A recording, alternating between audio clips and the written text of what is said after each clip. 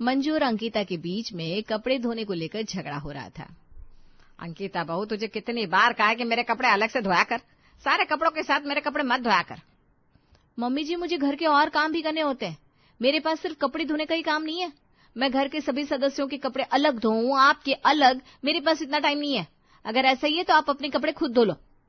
जुबान तो देखो इसकी। अरे जितनी तेरी जुबान चलती है ना, उतना अपना हाथ चला लेती तो आज हमारे बीच बहस नहीं हो रही होती। मम्मी जी, मेरे हाथ है, कोई फैक्ट्री में लगी मशीन नहीं है। आज से आप अपने काम खुद ही कर लेना। अब यही बाकी रह गया था, बुढ़ापे में अपने कपड़े खुद धोऊंगी। कौन सा हाथ से धोना है, मशीन में डालकर ही तो मशीन चलानी है बस। इतना कहकर अंकिता अपने कमरे में चली जाती है और आराम करने लगती है। आजकल की बहुओं से कुछ भी कहना बेकार है, ये मायके से सब कुछ सीख कर आती है। इधर खुशबू मंजू और अंकिता को आपस में लड़ता हुआ देख रही होती है। कुछ देर के बाद वो अंकिता के कमरे में जाती है, जहां अंकिता सो रही थी। भाभी, सो रही हो क्या? अरे नहीं, बस ऐसे ही लेटी थी। आओ बैठो। आपका मूड ऑफ है ना, मैं जानती हूँ। मैं सब देख रही थी, मम्मी कैसे आपसे बात कर रही थी। मम्मी की ना आदत ही ऐसी है, आपके आने से पहले मेरे साथ भी ऐसे ही करती थी, और अब आप आ गई हो तो आपके साथ कर रही है। आप अपना मूड ऑफ ना करो, चिल, मैं मम्मी से बात करूंगी। अरे नहीं खुशबू, मम्मी से कुछ भी कहने की जरूरत नहीं है। कैसी जरूरत नहीं है? आप इस घर की बहू हो, कोई नौकरानी थोड़ी ना हो। भला आप एक ही काम को कितनी बार करोगी? ये बातें मम्मी को समझनी होगी, मैं मम्मी को समझाऊंगी, आप चिंता ना करो। ठीक है खुशबू। काम कर करके आप थक गई होंगी ना। मम्मी को तो आपकी फिक्र है ही नहीं, लेकिन मैं हूं ना आपकी फिक्र करने के लिए। मैं आपके लिए चाय बना कर लाती हूँ। अरे नहीं अंकिता, तुम रहने दो, मुझे चाय नहीं पीनी। कैसे नहीं चाय पीनी? मेरे हाथ की चाय पियोगी ना तो आपका मूड ऑन हो जाएगा। मैं अभी अदरक और इलायची वाली चाय बना कर लाती हूँ। तुम नहीं मानोगी। ठीक है। खुशबू रसोई में जाती है और 2 कप चाय बनाती है। 1 कप चाय वो अंकिता के कमरे में लाकर उसे देती है। भाभी, आप चाय पीकर आराम करो, मैं जाती हूँ, ठीक है? अपना ध्यान रखना। ओके, थैंक यू खुशबू। इसके बाद खुशबू दूसरी कप चाय लेकर मंजू के पास जाती है। ये लो मम्मी, चाय पी लो। मैं जानती हूँ तुम्हारे सर में दर्द हो रहा होगा, इसीलिए तुम्हारे लिए चाय बनाकर लाई हूँ। ला, चाय की ना मुझे सख्त जरूरत थी। तूने देखा ना। कुछ मत कहो मम्मी, मैंने सब देख लिया। मुझे भाभी से ऐसी उम्मीद नहीं थी। वो आपके साथ किस तरह से बातें कर रही थी, उन्हें रिश्तों की कोई कदर ही नहीं है। अरे बुढ़ापे में बेटे बहू से जलील होना ही लिखा था। बेटे को कुछ मत कहो मम्मी, भैया तो बहुत अच्छे हैं, लेकिन लगता है भाभी को तमीज सिखानी पड़ेगी। और ये सब ना तुम मुझ पर छोड़ दो, तुम्हारी बेटी सब ठीक कर देगी। ला, मैं तुम्हारा सिर दबा देती हूँ। खुशबू मंजू का सर दबाने लगती है। थोड़ी देर सर दबाने के बाद, अब आराम मिल रहा है मम्मी? हाँ बेटा, बहुत आराम मिल रहा है। मेरे होते हुए तुम्हें कोई दिक्कत नहीं होगी। मैं भैया से बात करूंगी, वो भाभी को समझाएंगे। अरे नहीं, प्रशांत से कुछ भी कहने की जरूरत नहीं है, वो बेकार में टेंशन लेगा। और तुम्हें जो टेंशन हो रही है उसका क्या? अब तुम्हारी टेंशन लेने की उम्र है क्या? इस तरह से खुशबू दोनों जगह पर जाकर आग लगाने का काम करती है। दोनों को ऐसा जताती है कि वो उनकी सगी है, लेकिन वो असल में किसी की सगी नहीं है। खुशबू सिर्फ आग लगाने में ही एक्सपर्ट नहीं थी, बल्कि बातें इधर की उधर करने में भी उसने पीएचडी की हुई थी। एक दिन की बात है, अंकिता बाजार गई होती है। शाम को जब वो घर आती है तो खुशबू पानी का ग्लास लेकर उसके कमरे में जाती है। भाभी, आप अभी अभी बाजार से लौटी हो ना, थक गई होगी, लो पानी पी लो।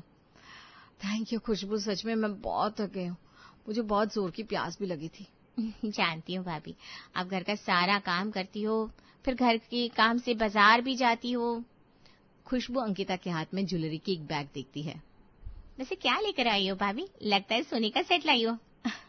हाँ खुशबू, सोने की झुमकी लेकर आई हूँ। झुमकी? कैसे, मैं देखूं? हाँ देख लो। खुशबू पैकेट खोलकर सोने के झुमके देखने लगती है। वाह भाभी, ये झुमकी तो बहुत सुंदर है, एकदम लेटेस्ट डिजाइन है, हैवी भी है। कितने तोले के हैं? 3 तोले के झुमके हैं, लेकिन तुम ये बात किसी को बताना मत। मम्मी जी ने मुझे हल्के झुमके खरीदने को कहा था, लेकिन मुझे ना ये वाले पसंद आ गए, तो मैंने अपने पास से कुछ ज्यादा पैसे मिला लिए। और मेरी छोटी बहन संगीता की शादी है ना, उसे गिफ्ट में देना है। अब एक ही तो छोटी बहन है मेरी। आप मेरी तरफ से निश्चिंत रहो भाभी, किसी को इस बात की भनक भी नहीं लगेगी। बहन का प्यार सिर्फ एक बहन ही समझ सकती है। आप अपनी बहन को गिफ्ट दे देना। मैं तो कहती हूँ आपको उन्हें एक पूरी सेट देनी चाहिए।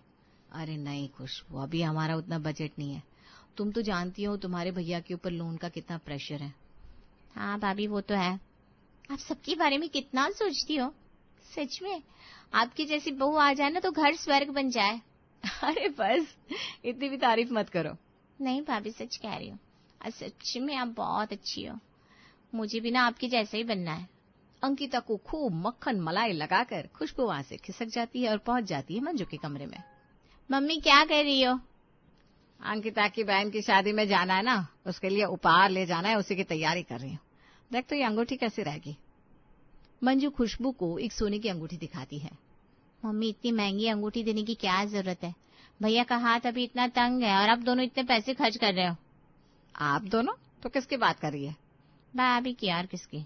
अब भाभी की बहन की शादी है तो वो भी तो उसे गिफ्ट देंगी। वो 3 तोले के झुमके लेकर आई है। उन्होंने बताया नहीं क्या आपको? नहीं तो, उसने तो मुझे कुछ नहीं बताया। हाँ, क्यों ही बताएंगी, आप उनकी सास जो ठहरी। इस तरह खुशबू दोनों तरफ आग लगाने का काम कर देती है और बातें इधर से उधर भी कर देती है। ये सब करने के बाद वो चुपचाप अपने कमरे में चली जाती है। इधर शादी वाले दिन जब सभी तैयार होकर निकल रहे थे, मम्मी जी ये देखिए मैंने संगीता के लिए एक साड़ी ली है। सिर्फ साड़ी ली है या कुछ और भी लिया है? अंकिता थोड़ी देर चुप हो जाती है। मम्मी जी मैंने तो साड़ी ली है। और 3 तोले के झुमके, वो किसके लिए खरीदे? अंकिता सोचती है कि सोने की झुमकी वाली बात तो उसे सिर्फ खुशबू को बताई थी, तो मम्मी जी को कैसे पता चल गया। खैर, अब मंजू को पता चल ही गया तो उसे सच बोलना ही पड़ता है। जी मम्मी जी, मैंने सोने के झुमके लिए हैं। क्या करती मम्मी जी, एक ही तो बहन है मेरी। संगीता कई दिनों से कह रही थी दीदी मेरे लिए सोने के झुमके लेकर आना।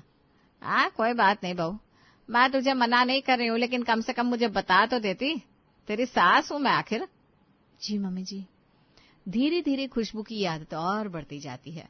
उसकी इस आदत से मंजू और अंकिता के बीच लड़ाइयां और बढ़ने लगती हैं।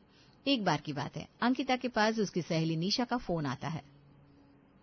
हेलो अंकिता, अगले महीने मेरी शादी होने वाली है। अरे वाह, ये तो बड़ी खुशी की बात है। अब तू भी हमारी कैटेगरी में शामिल हो जाएगी, मिसेस निशा। मैं तेरी शादी में लहंगा पहन कर आऊंगी। शादी में तो तुझे आना ही है, लेकिन उससे पहले मैंने बैचलर पार्टी रखी है। हमारी सारी सहेलियां पार्टी में आ रही है, तुझे भी आना है। निशा तू जानती है ना, मेरी सासू माँ को मेरा अकेले किसी पार्टी वगैरह में जाना पसंद नहीं है। क्या यार, तू मेरे लिए इतना भी नहीं कर सकती। शादी के बाद तो मैं भी बिजी हो जाऊंगी, पता नहीं फिर हम कब मिले। चल ठीक है, मैं आने की पूरी कोशिश करूंगी। ठीक है, कल दोपहर 2 बजे कैफे में मिलते हैं। Okay done. अंकिता फोन रख देती है। दूसरे दिन वो घर के काम जल्दी जल्दी निपटा देती है और अपने कमरे में जाकर तैयार होने लगती है। तभी खुशबू वहां आती है। वाह भाभी, परफ्यूम शर्फ्यूम 1 पीस ड्रेस पहनकर किसी पार्टी में जा रही हो क्या? हाँ खुशबू, मेरी सहेली निशा की शादी होने वाली है ना। शादी से पहले उसने हमें बैचलर पार्टी में बुलाया है। हमें? हाँ, मतलब हमारे कॉलेज की सारी सहेलियां पार्टी में आ रही है। खुशबू तुम तो जानती हो, मम्मी जी को इस तरह मेरा अकेले किसी पार्टी में जाना पसंद नहीं है। तो मैं मम्मी जी से कह दूंगी कि मैं संगीता से मिलने जा रही हूँ। तुम किसी को बताना मत कि मैं कहाँ जा रही हूँ।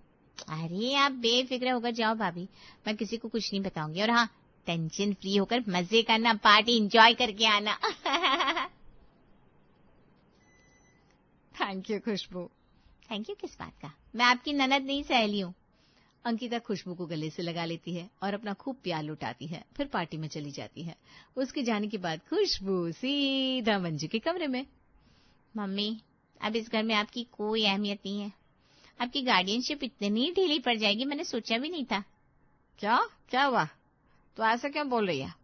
आपकी बहू अपनी सहेली की बैचलर पार्टी में गई है, आपको कुछ खबर है? बैचलर पार्टी में? हाँ।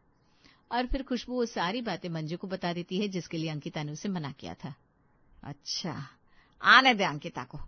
नहीं नहीं मम्मी, तुम भाभी से कुछ मत कहना, नहीं तो भाभी कहेंगी मैंने तुम्हें से बता दिया। अरे भाई ठीक है, नहीं कहूंगी उससे कुछ। शाम को जब अंकिता पार्टी से घर लौटती है तो खुशबू दरवाजा खोलती है और धीरे से कहती है, भाभी मम्मी अपने कमरे में सो रही हैं, आप चुपके से अपने कमरे में चली जाओ। मम्मी को पता भी नहीं चलेगा कि आप कहीं बाहर गई थी। अंकिता भी धीरे से उसे थैंक यू बोलकर चुपचाप अपने कमरे में चली जाती है। कुछ दिनों के बाद अंकिता और प्रशांत कहीं बाहर जा रहे थे। मम्मी जी हम लोग बाहर जा रहे हैं, 2 घंटे में वापस आ जाएंगे। बहू तूने तो मुझे बताना ही छोड़ दिया था, तो कहीं जा रही है, तो आज कैसे बता रही है? मम्मी जी मैं आपको बिना बताए तो कहीं नहीं जाती। अच्छा, तभी कुछ दिन पहले तेरी वो सहेली निशा की बैचलर पार्टी में कौन गया था? मैं गई थी क्या?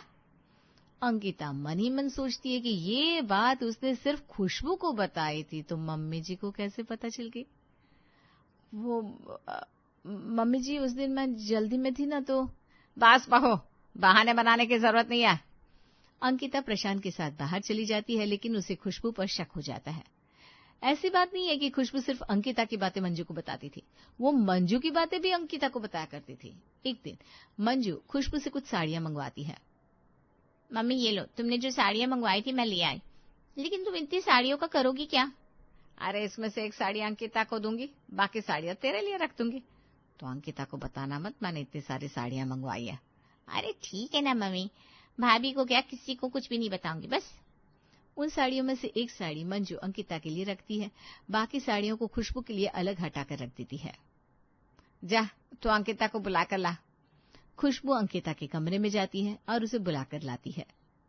मम्मी जी आपने मुझे बुलाया, कुछ काम था क्या?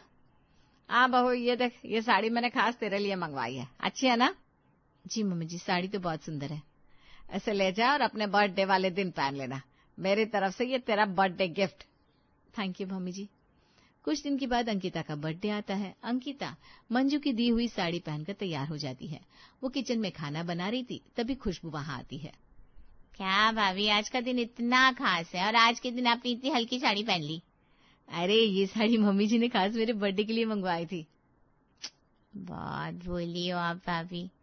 हाँ, ऐसा क्यों कह रही हो? आप मम्मी को नहीं जानती, उन्हें बातें छिपाने की बहुत बुरी आदत है। उन्होंने मुझसे कई सारी साड़ियां मंगवाई थी, वो भी अच्छी अच्छी और आपको क्या दिया, ये सबसे हल्की वाली साड़ी। अंकिता को ये बात बहुत बुरी लगती है। वो मंजू से अपनी नाराजगी जाहिर कर देती है। मंजू मन ही मन सोचती है कि ये बात तो सिर्फ खुशबू को पता थी, पर अंकिता तक कैसे पहुंची?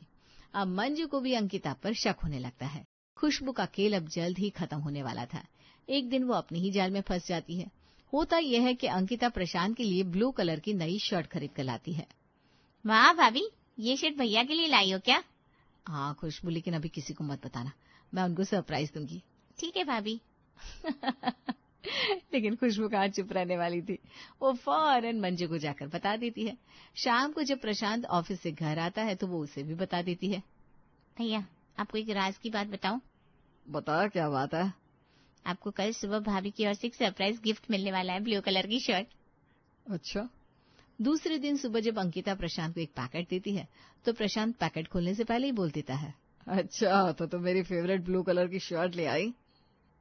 आपको कैसे पता कि इस पैकेट में क्या है? अरे मुझे खुशबू ने कल ही बता दिया था। प्रशांत की ये बात मंजू भी सुन लेती है। अब अंकिता और मंजू दोनों समझ जाती हैं कि खुशबू ही उनकी बातें इधर उधर करती है। मंजू और अंकिता दोनों ने खुशबू को अपनी सगी समझकर अपने अपने राज की बातें बताई थी, लेकिन इस बात का खुलासा हो ही जाता है कि खुशबू असल में किसी की सगी नहीं है। दोनों ठान लेती है क्या वे उसे सबक सिखा कर रहेंगी। मम्मी जी, आपको नहीं लगता खुशबू ने हमारे बीच गलतफहमियां पैदा करने और लड़ाइयां करवाने में कोई कमी नहीं छोड़ी? कमी? बल्कि उसी ने तो सारी आग लगाई है। अरे लड़ाई झगड़े किस घर में नहीं होते, लेकिन खुशबू ने आग में घी डालने का काम किया है। हमें उसे सबक सिखाना ही होगा। मैं भी यही सोच रही थी। इसके लिए मेरे पास एक सॉलिड प्लान है। बता, क्या प्लान है? अंकिता मंजू के कान में कुछ कहती है। ठीक है, हम ऐसा ही करेंगे। अगली सुबह अंकिता अपने कमरे से बाहर नहीं निकलती। आज घर में खाना नहीं बनेगा क्या? अंकिता बहू कहाँ रह गई, अभी तक अपने कमरे से बाहर क्यों नहीं आई? मैं देख कर आती हूँ मम्मी। अरे नहीं खुशबू, तू रहने दे, हो सकता है अंकिता की तबीयत खराब हो। आज खाना मैं बना लूंगी। लेकिन मम्मी तुम क्यों खाना बनाओगी? भाभी को अब तक उठकर बाहर आ जाना चाहिए। तू चाहती है कि मैं खाना ना बनाऊं? नहीं मम्मी, तुम आराम करो, मुझे तुम्हारा काम करना बिल्कुल अच्छा नहीं लगेगा। तो एक काम कर, आज तू खाना बना ले। बहुत दिन से वैसे भी मैंने तेरे हाथ का कुछ खाया नहीं। मैं? हाँ, तू नहीं तो और कौन? ठीक है मम्मी। खुशबू रसोई में जाकर खाना बनाने लगती है। इधर अंकिता अपने कमरे से तैयार होकर बाहर आती है और दोनों सास बहू घूमने निकल जाती हैं। खुशबू जब खाना बनाकर खाना टेबल पर लगाती है तो खाना खाने के लिए सिर्फ प्रशांत वहां होता है। भैया, मम्मी और भाभी कहाँ हैं? मैंने दोनों को घर से बाहर जाते हुए देखा है, तो वो सब छोड़ मुझे खाना दे दे और मेरा लंच पैक कर दे। खुशबू प्रशांत को खाना खिलाती है और उसे लंच पैक करके देती है। काफी देर हो जाती है लेकिन मंजू और अंकिता लौटकर घर नहीं आते। खुशबू मंजू को फोन करती है। माँ, कहाँ हो तुम? और भाभी भी न जाने कहाँ चली गई, तुम्हारे साथ है क्या? अंकिता बहू का तो पता नहीं, मैं जरा अपनी सहेली से मिलने आई हूँ, तो एक काम कर, घर का सारा काम कर ले। अंकिता भी कहीं गई होगी, आती होगी। घर का काम करने के नाम से खुशबू की हालत खराब हो जाती है। वो अंकिता को फोन लगाती है, लेकिन उसका फोन तो स्विच ऑफ मिलता है। भाभी का फोन तो बंद है, लगता है मुझे ही घर के काम करने पड़ेंगे। खैर, वो घर का सारा काम करती है, शाम हो जाती है, लेकिन मंजू और अंकिता दोनों में से कोई घर लौटकर नहीं आती। अरे यार, मम्मी और भाभी कहाँ रह गई? कहीं ऐसा ना हो रात का खाना भी मुझे बनाना पड़ जाए। इसी बीच प्रशांत ऑफिस से घर आता है और खुशबू से चाय बनाने के लिए कहता है। खुशबू से चाय बनाकर देती है, फिर रात का खाना भी बनाती है। रात के 8 बजे मंजू घर आती है। थोड़ी देर के बाद अंकिता भी घर आ जाती है। खुशबू सीधा अंकिता के पास जाती है। कहाँ चली गई थी भाभी? पूरा दिन मम्मी न जाने आपके बारे में क्या क्या कहती रही। मैंने उन्हें बहुत समझाया, तब जाकर शांत हुई। अच्छा, मम्मी जी मेरे बारे में क्या कह रही थी? अरे वो सब छोड़ो ना, मम्मी की तो आदत ही कुछ न कुछ कहती रहती। उसकी फिक्र आप मत करो, मैंने उन्हें समझा दिया कि भाभी की अपनी लाइफ है भाई, उन्हें भी अपनी लाइफ जीनी है। ऐसे थोड़ी ना है कि वो सिर्फ आपके इशारे पर नाचती रहेंगी। अच्छा बाहर आ जाओ, मैं खाना लगाती हूँ, आज मैंने आपके लिए पनीर की सब्जी बनाई है। इसके बाद खुशबू मंजू के कमरे में जाती है। तुम कहाँ थी मम्मी? तुम्हें पता है भाभी सारा दिन न जाने कहाँ गायब थी। मैंने पूछा कहाँ गई थी, तो कहने लगी ये क्या बात होती है, क्या मैं कहीं जा नहीं सकती? मेरी भी अपनी लाइफ है भाई। तो अंकिता सारा दिन घर पर नहीं थी? नहीं ना। अच्छा अब चलो खाना खा लो, मैंने तुम्हारे लिए पनीर की सब्जी बनाई है, बाहर आ जाओ। सभी लोग खाने के टेबल पर आते हैं। अंकिता बहू, हमने खुशबू के लिए जो सूट लिया ना वो लेकर आ, और प्रशांत के लिए जो नए कपड़े लिए हैं वो भी लेकर आना। अभी लाती हूँ मम्मी जी। मंजू और अंकिता की बात सुनकर खुशबू समझ जाती है कि उसकी चोरी पकड़ी गई है, क्योंकि दोनों सास बहू एक साथ ही थी और उसे एक दूसरे से उनकी ही चुगली लगाई थी। वो चुपके से वहां से खिसकने लगती है। अरे अरे खुशबू, तू कहाँ जा रही है? अपने नए कपड़े तो लेती जा। आती हूँ मम्मी। इतना कहकर खुशबू चुपचाप अपने कमरे में चली जाती है। सभी लोग खाना खा लेते हैं, लेकिन खुशबू अपने कमरे से निकलकर बाहर ही नहीं आती।